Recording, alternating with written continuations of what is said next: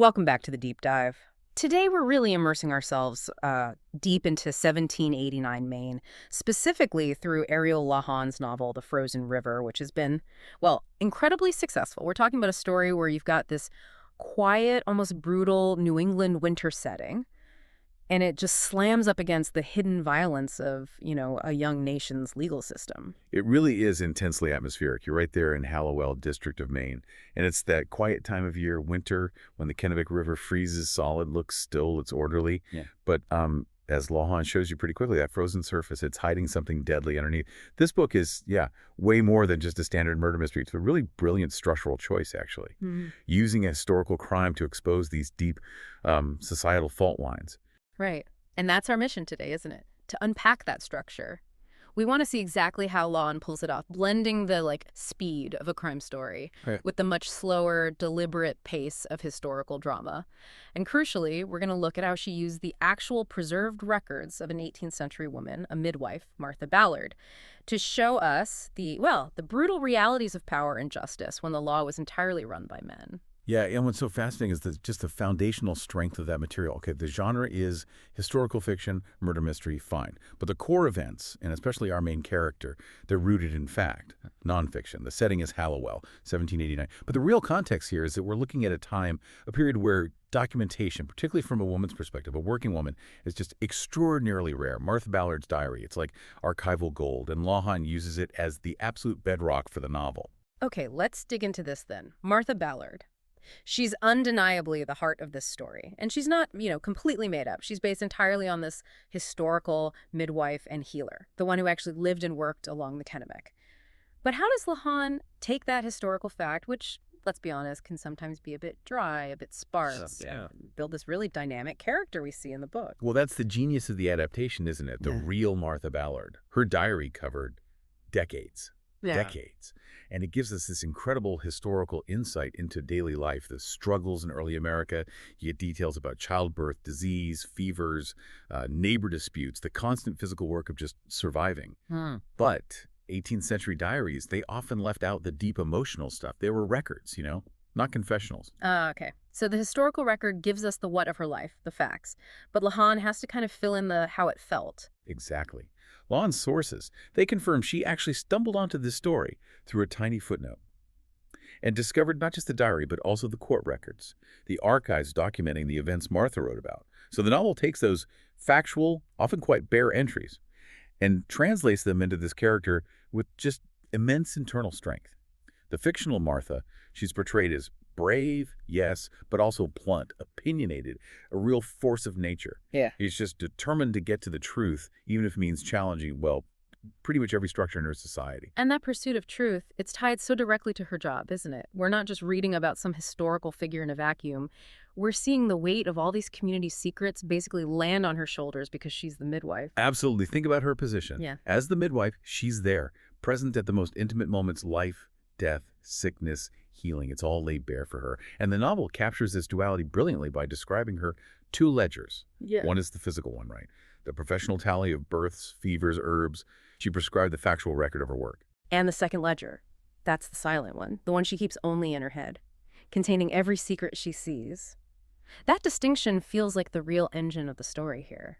It's that conflict, isn't it, between the secrets people tell her privately and the facts the court just refuses to hear publicly. And Lawhon uses the context of Martha's life to really deepen this. Her perspective is valuable not just because she's a woman, but because she's a working woman, sort of lower to middle class, a professional who had access to homes, to secrets across the whole social spectrum, from the wealthy merchants right down to the struggling farmers. That kind of access gave her this observational power that the educated, leisured gentlemen of the time, they just didn't have it. But the flip side of that strength, that bluntness, it often means isolation, right? How does the novel show us the cost of being opinionated in a society that really wanted quiet compliance, deference, especially from women? It shows it in the subtle ways, the constant undermining she faces, even before the murder happens. People respect her skill, sure, they have to. But they often fear her, or maybe dislike her, for being independent. And that fear becomes really tangible when the crime happens, because the second her professional observations contradict the powerful men in charge, they weaponize her lack of legal standing against her instantly. She might save your life, but she can't sway a court of law. not officially. Yeah, and that internal ledger, the secret one Martha carries, it wasn't just sitting there safely until the body turned up. The weight of that private knowledge, it just kind of explodes when this external threat, the discovery of a crime, forces it all out. The inciting incident is just perfectly structured. It's that quiet winter, 1789. It's supposed to be a time for rest.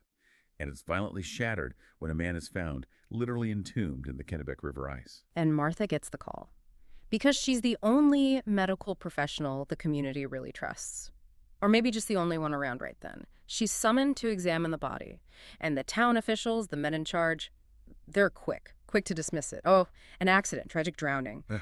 But Martha, who's seen everything right, every stage of human life and death, she sees the violence immediately. She spots bruises, signs that, as the book says, say otherwise. And here's what elevates it beyond just a simple whodunit. Lawhon immediately links this new crime to an older injustice. The victim isn't just some random guy. He's one of the two most respected gentlemen in town who had previously been implicated in this really disturbing documented scandal months before. Martha had actually recorded details in her diary about an alleged sexual assault or rape committed by these two powerful men. Wow. So the murder investigation is tangled up right from the start with this unresolved sexual violence, something the town and the legal system had conveniently sort of pushed under the ice months ago. Precisely. And the establishment, the powerful men, they immediately move to protect their own. You see it instantly. This professional rivalry flares up when the local physician, this Dr. Page, arrives on the scene. He's kind of the symbol of the new medical authority, male, university-trained, looking to push out midwives like Martha. He completely undermines her findings. Declares the death an accident. Boom. Investigation shut down. That detail about Dr. Page feels really important historically, too. It's not just like a character conflict, is it? It reflects that whole systemic shift, doesn't it? Male physicians pushing out female healers in the 18th century, stripping women of their professional authority. Oh, absolutely. In 1789, the word of a man, especially one with a fancy degree, carried automatic legal weight. It didn't matter what his actual experience was.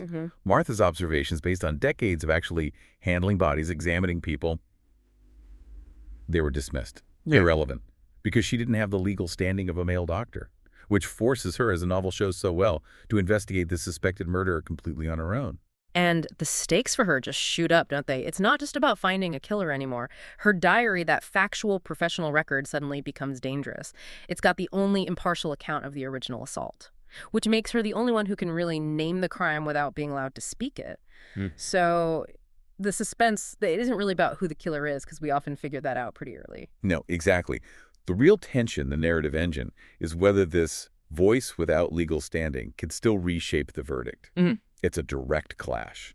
Her careful medical observation versus judicial power versus male authority.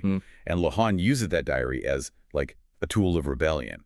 How can Martha use objective truth, just paper and ink, to fight this subjective, male-run power structure? The drama is all in Martha's internal struggle, loyalty to her family versus the pull towards truth, knowing full well that going after the truth could cost her everything, her reputation, her job, maybe even her family's safety. And when you look at the bigger picture, the themes, the novel just refuses to romanticize the past. It's really unrelenting. The sensory details are incredible. You can almost smell the tallow smoke, feel the burn of that snow-wet wool. You get the constant fear of disease, of starvation.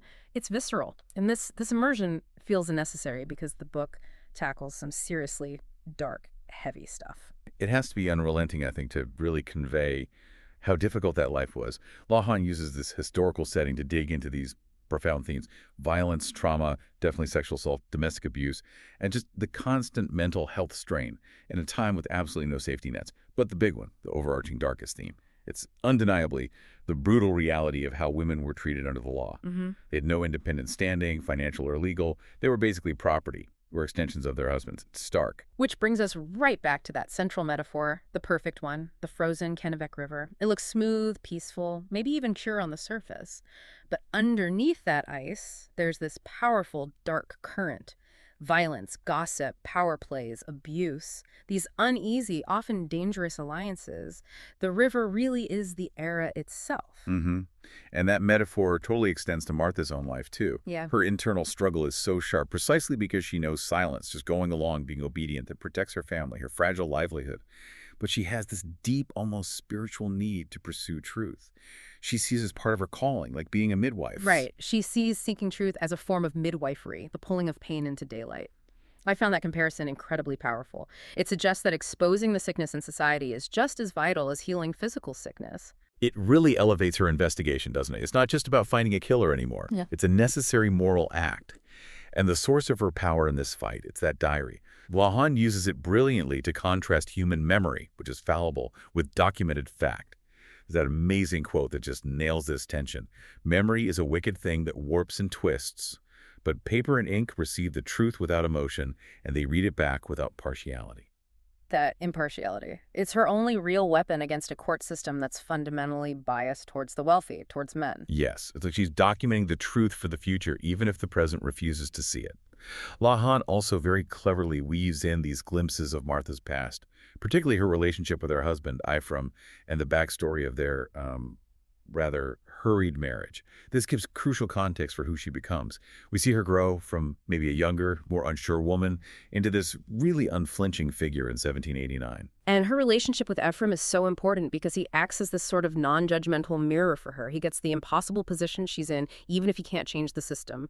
I remember that moment he assesses how the community sees her. Martha thinks they just dislike her. But Ephraim corrects her, doesn't he? He gives this deeper insight into how society handles powerful women. He says something like, they respect you, perhaps occasionally fear you. It's not the same thing. That line just sums up the whole dilemma of power for a woman back then. Respect that comes from fear. It's a really fragile shield. It's not genuine equality. That respect depends entirely on her playing her role, her professional role, without kicking up too much dust, without disrupting the social order. But the murder investigation forces her to break that unspoken contract. She has to choose the hard path, honesty over social acceptance, professional comfort, #outro. Well, this has been a really fascinating look at Lawhon's craft here. So just to summarize for you listening, The Frazen River. It works not just as a compelling murder mystery set way back in 1789 Maine, but really as this deep dive into historical documentation itself. By building the story around Martha Ballard's actual diary, Lawhon creates this narrative engine that just exposes the systemic injustices women faced.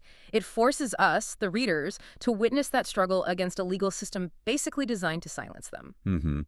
And the book really makes you think about the long, slow grind of justice, doesn't it? It reminds us that fighting for rights, challenging these deeply entrenched power structures, it's agonizing work. It takes time. The sound of history shifting, it isn't some sudden clap of thunder. It happens, as the novel really suggests, one painful, meticulously recorded testimony at a time. Yeah. And the ultimate question Lawhon seems to leave us with isn't really about the court's verdict, because that's often flawed, right? It's about the moral weight Martha has to carry. In that final confrontation about Rebecca's assault and Burgess's killing, she gets a truth out, but maybe not a full legal win. It makes you ask, when you're fighting a game that's rigged from the start, what does winning actually look like? Right. It forces you to think about that difference between being honest and being well-liked, or even just accepted.